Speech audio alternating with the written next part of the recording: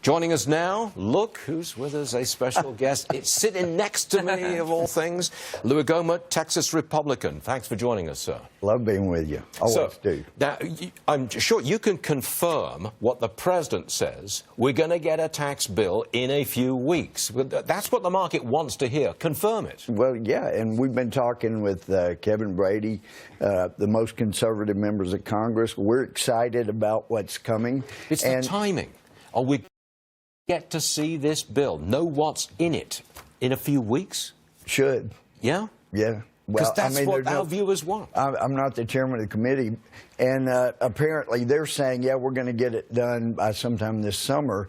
And what I've been warning about is that's exactly what was said in 2005. Yeah, we're going to get the tax code fixed. We're going to shore up Social Security, and we'll do it by summer. And then it became, well, September, October, and then it became January, and then it was, oh, well, we're in 2006. We can't do it. We're not so going to my do that warning, again. we can't. No, we can't. Don't and do it so again. my message to our House leadership, such as it's called, I guess that's a little sarcastic, isn't it?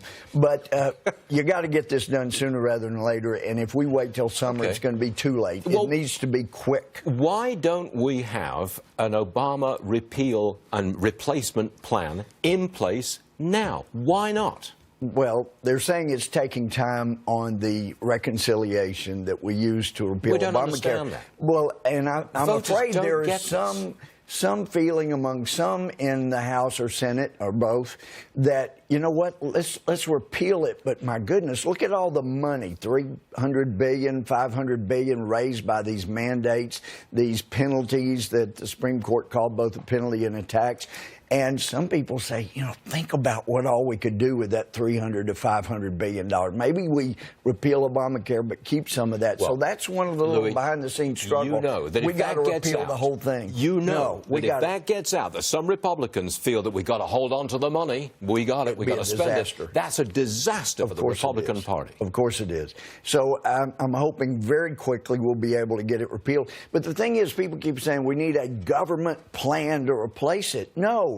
We believe in entrepreneurism. We believe the ability of the American intellect to come up with better ways. But I think one of the most important things to do first is, number one, repeal Obamacare, but at the same time, we have got to eliminate the exemption that health care insurance companies have from antitrust laws. McCarran-Ferguson was passed, and it allows them to collude and to set prices and to threaten people and create monopolies. Louie, you know what that means. We've got to get rid of that. Then you've got to have legislation for that. And yes, it's got to be debated. And the Democrats will hold it up at every conceivable turn.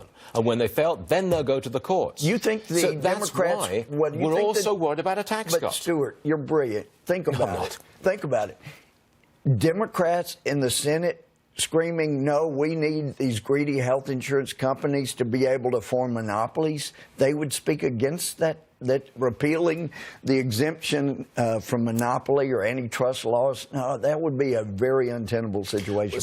I think we could work together on that one. I think what a lot of Republicans, a lot of conservatives want is for your party to come out swinging. I mean, the left is taking it to pieces. They're emotionally just going after you. They hate you. They are contemptuous of you. So why don't you meet fire with fire? Why don't you just, we're going to repeal this thing. Get on with it. I want a tax cut. I want it now. Repeal it. Give me a tax cut. Stuart, I should have nominated you for Speaker. I don't see any fire amongst conservatives. I see fire from Democrats.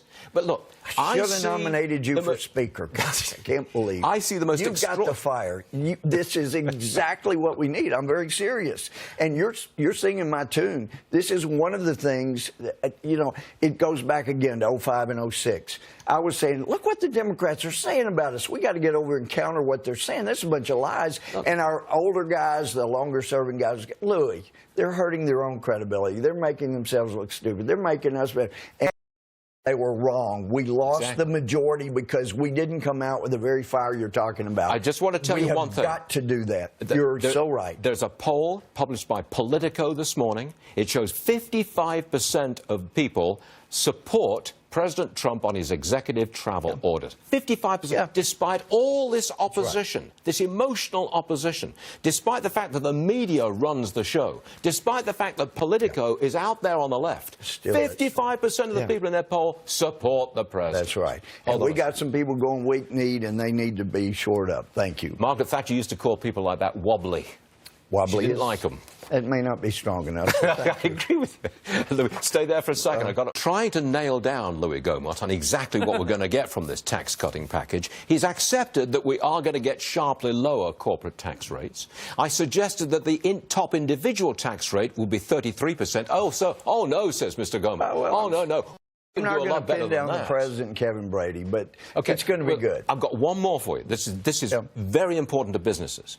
Will businesses be able to expense fully any capital investment that they make in the year they make that investment? Now, so you're asking me to go into private conversation. Let me just say they're going to be very happy with the proposal. If I am a business owner and I invest $1 million in a new computer system, I can expect to write all of that $1 million off my taxable income in the year that I made that investment. You're smiling because you're not going to confirm it, are you? Well, I have to wait and let the president, Kevin Brady, they've got a great bill, and people are going to be excited. And I'll look forward to your comments when the market goes up when it comes out, because people are not going to be disappointed. Not going to be disappointed. Yeah, and it isn't some goofy carbon tax, you know. Even John Dingell, who's I think one of the most honorable people ever served in Congress. You remember the carbon tax, and now you got Paulson and Baker. But he said that's not only a tax; it's a great big tax, and the poor people suffer the most under that. So what we're doing is going to be good for America, not some goofy carbon tax. Now, Louie, you're sitting here in the studio in New York City. In the top right-hand corner over there, you'll see a screen with the Dow Jones Industrial Average. You know what you did?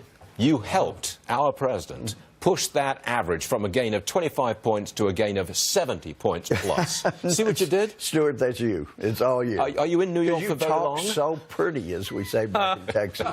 You just talk so pretty. You going to stick around in New York for a while? You bet. You want to come on the show tomorrow? See what you can do for the market. Right? Well, it's because there's good news out there. There is. That's coming. A very important point. But our guys have got to understand this can't be later. It can't be, get it done by the end of the summer. It's got to be, we got to get it done within 6 months, or it won't be done. You're right. And Trump may have heard my late mother. She used to say, "He who tooteth not his own horn, the same may not get tooted." And so he's out there making sure that that horn gets tooted, and it's going to be huge. You folks from Texas are full of these homilies. I like it. Louie, thank you very much, sir. Thanks, Stuart. Being with us. Love being with you. Thank you, sir.